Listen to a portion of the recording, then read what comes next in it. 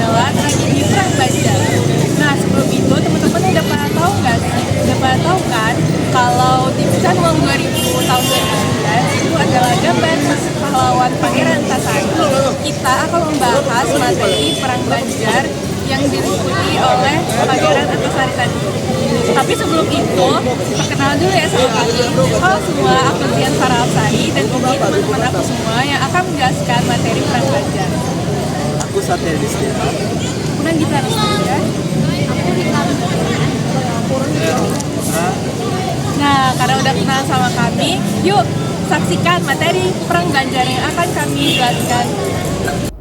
Awal mula Belanda masuk ke Banjarmasin di awal abad 17 dikarenakan wilayah Banjarmasin menghasilkan banyak lada dan batu bara. Sejak saat itulah warga Banjar dan Belanda melakukan hubungan dagang. Pada perkembangan berikutnya, Belanda ingin memonopoli perdagangan dan menguasai wilayah Banjar. Pada tanggal 7 Juli 1607, Belanda melakukan ekspedisi yang dipimpin oleh Gilles Mackelzoon.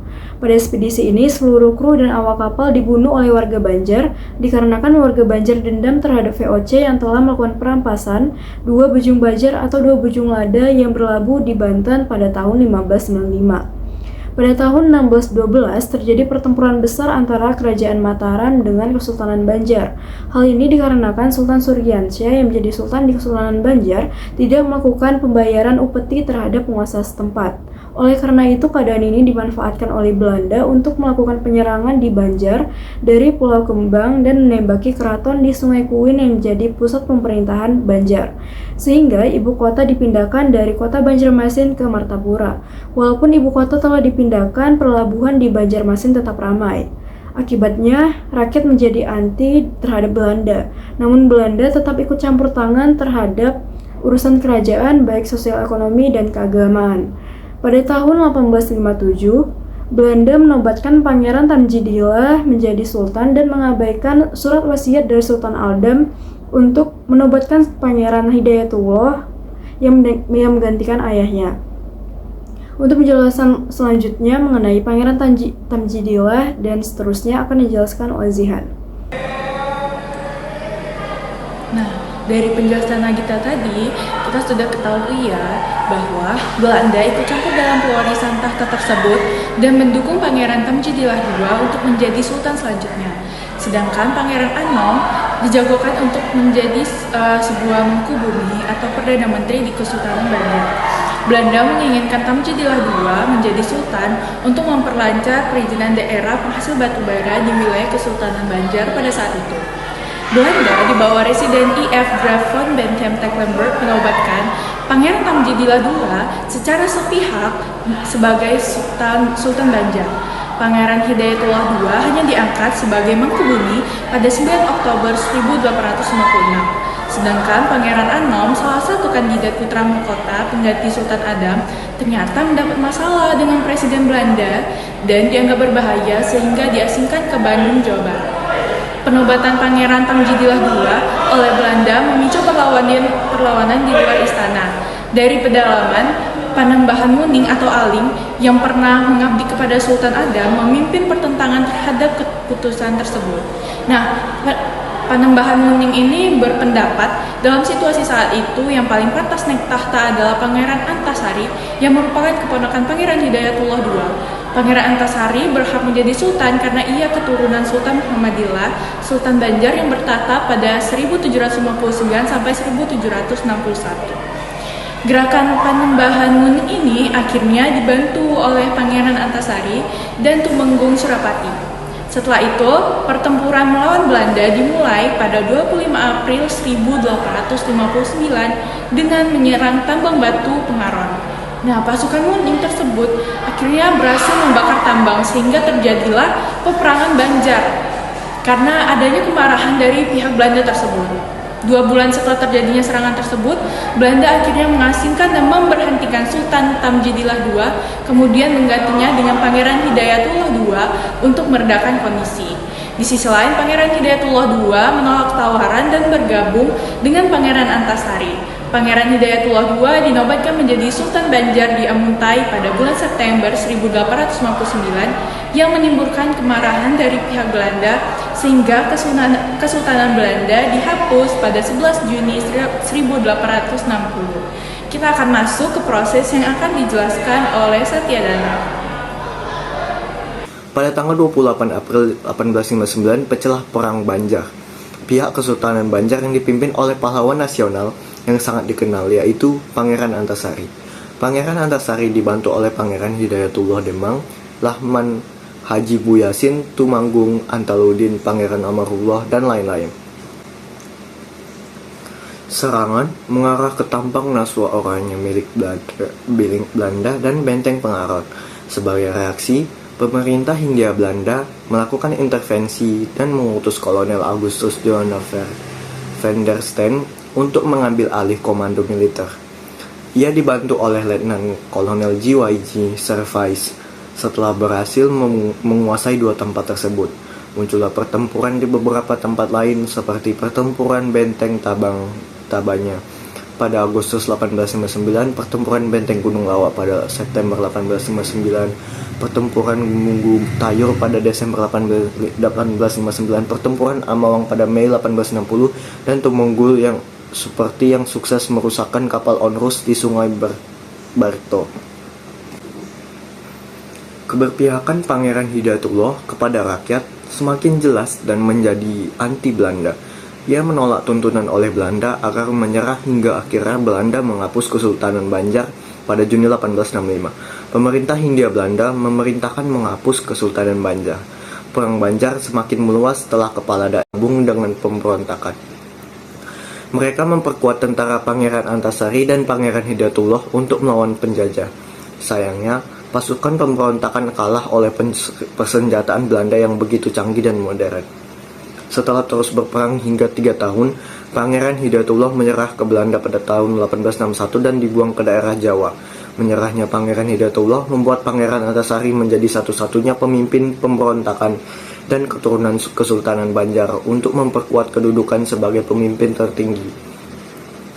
Pangeran Antasari meneriakan slogan hidup untuk Allah dan mati untuk Allah, sehingga rakyat, alim, ulama, dan pejuang mengakui Pangeran Antasari sebagai pemimpin dengan gelar Amiruddin Khalifatul Mukminin. Pangeran Antasari tidak bisa menolak dan dia harus membangun kedudukan yang dirayakan rakyat kaum ulama sepenuhnya. Ia begitu tawakal kepada Allah.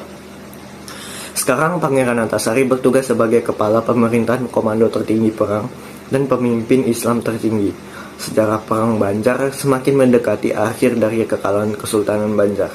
Sedikit demi sedikit, tampak pasukan Belanda dipasok sebagai persediaan dan pasukan bantuan dari Batavia. Karena terus terdesak, Pangeran Antasari memindahkan markas komando di Sungai Tewah. Dari sana Pangeran Antasari dibantu oleh dua putranya seperti Gusti Muhammad Said dan Gusti Muhammad Semar. Selain itu, ia juga dibantu oleh Ki Demang Lehman dan Tumanggung Surupati. Namun, beberapa hari kemudian Pangeran Antasari wafat dan dimakamkan di Hulu Tawah. Meskipun Pangeran Antasari sudah wafat, pemberontakan pada Belanda masih berlanjut dan sekarang dipimpin oleh dua putranya. Tapi, tetap saja perlawanan melemah karena perbedaan kekuatan yang signifikan. Pada tahun-tahun akhir perang, Belanda berhasil menangkap dan membunuh beberapa tokoh perjuangan. Contohnya Tumenggung Aryapati dan Kiai Demang Lehman ditangkap. Sedangkan Tumenggung Mancanegara, Tumenggung Naro, Panglima Bukhari, dan Rasid, menantu Pangeran Antasari, gugur dalam pertempuran.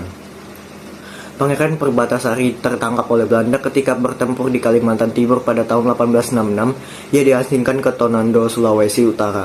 Panglima Bangkumpai juga tertangkap dan digantung pada tahun 1860 di Banjarmasin. Gusti Muhammad Seman juga wafat di pertempuran Barak Kuning di daerah Barito. Nah, jadi hasil akhir dari kekalahan Kesultanan Banjar, sejarah Perang Banjar pada tahun 1865 ditandai dengan kekalahan Pangeran Antasari dan Kesultanan Banjar. Korban dari pihak Belanda lebih dari 6.000 jiwa, sementara pihak Kesultanan hilang 3.000 hingga 65.000 jiwa hilang serta 2 kapal uap yang tenggelam. Pasca perang ini, Belanda semakin menunjukkan taring kukunya di tanah Kalimantan. Banjar berakhir dengan kekalahan rakyat Banjar dan pengakuan dari Belanda atas kekuasaan mereka di wilayah Banjar. Akibat dari Perang Banjar ini, terjadinya penyatuan gerakan rakyat di bawah pimpinan Pangeran Antasari dan Pangeran Hidayatullah II. Pada Desember 1859, Kesultanan Banjarmasin secara resmi dihapus melalui surat putusan pemerintah Belanda di Batavia. Dan pemerintahan di kota itu seluruhnya dikendalikan oleh Nguyen Huizen. Keputusan ini diambil Belanda demi menghindari konflik lebih lanjut dan menghindari perlawanan dari rakyat Kalimantan Selatan. Dengan pihak kolonial yang melakukan pengepungan dan pembersihan pasukan-pasukan Banjar seperti pimpinan Demang Lehman, Pangeran Antaludin, dan Pangeran Aminullah. Belanda juga menghapuskan pemerintahan-pemerintahan bawahan dari Kesultanan Banjar sehingga tidak ada lagi penerus kerajaan. Mereka juga mengirim serdadu-serdadunya ke semua wilayah yang berpotensi melakukan pemberontakan. Pada Juni 1860, pihak Hindia Belanda mengumumkan penghapusan Kesultanan Banjarmasin secara luas ke seluruh Kalimantan Selatan, yang merupakan wilayah terakhir di Kalimantan yang masuk ke dalam Hindia Belanda. Tetapi, perlawanan rakyat di pedalaman Barito baru berakhir dengan gugurnya Sultan Muhammad Seman pada 24 Januari 1905. Kesultanan Banjarmasin akhirnya dibagi oleh Hindia Belanda menjadi 3 afdeling, yakni Kuwin, Martapura, dan Amuntai. Masing-masing dibagi ke dalam beberapa distrik yang dikepalai oleh perutusan dari Batavia. Pihak Belanda kemudian menerapkan aturan-aturan baru di bawah Residentie Zuider en Ooster Afdeling van Borneo atau Keresidenan bagian selatan dan timur Pulau Borneo pada masa Perang Banjar 1859. Berbagai sumber daya di Kalimantan kemudian dikuasai dan dimonopoli oleh Belanda yang mengakibatkan rakyat menderita. Eksploitasi besar-besaran kemudian terjadi karena Belanda mengambil sumber daya alam secara paksa yang berupa rempah-rempah, perkebunan, dan tambang batu bara. Terima kasih sudah menonton video kami.